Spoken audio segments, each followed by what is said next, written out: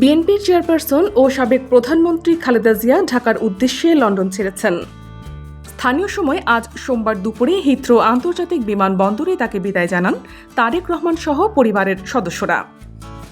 সেখানে তাকে বিদায় জানাতে আসা দলীয় নেতাকর্মীদের উদ্দেশ্যে খালেদা জিয়া বলেন, ভাইয়ার খেয়াল রেখো। লন্ডনে 4 মাস চিকিৎসা নেয়ার পর দেশে ফিরছেন খালেদা জিয়া।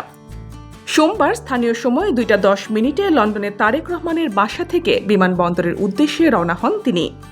বিএনপির ভারপ্রাপ্ত চেয়ারম্যান তারেক রহমান নিজেই গাড়ি চালিয়ে মাকে বিমানবন্দরে নিয়ে যান। বিমানবন্দরে অপেক্ষার ফাঁকে ছেলে তারেক রহমানকে খালেদা জিয়া জিজ্ঞেস করেন, কতক্ষণ দাঁড়িয়ে থাকবে তুমি? জবাবে তারেক রহমান বলেন, তুমি উঠে গেলে জাইমা চলে আসলে আমি চলে আসব। পরে বিদায় নেওয়ার সময় অপেক্ষারত নেতাকর্মীদের খালেদা জিয়া বলেন, ভালো থেকো তোমরা, ভাইয়ার খেয়াল রেখো, আল্লাহ হাফেজ।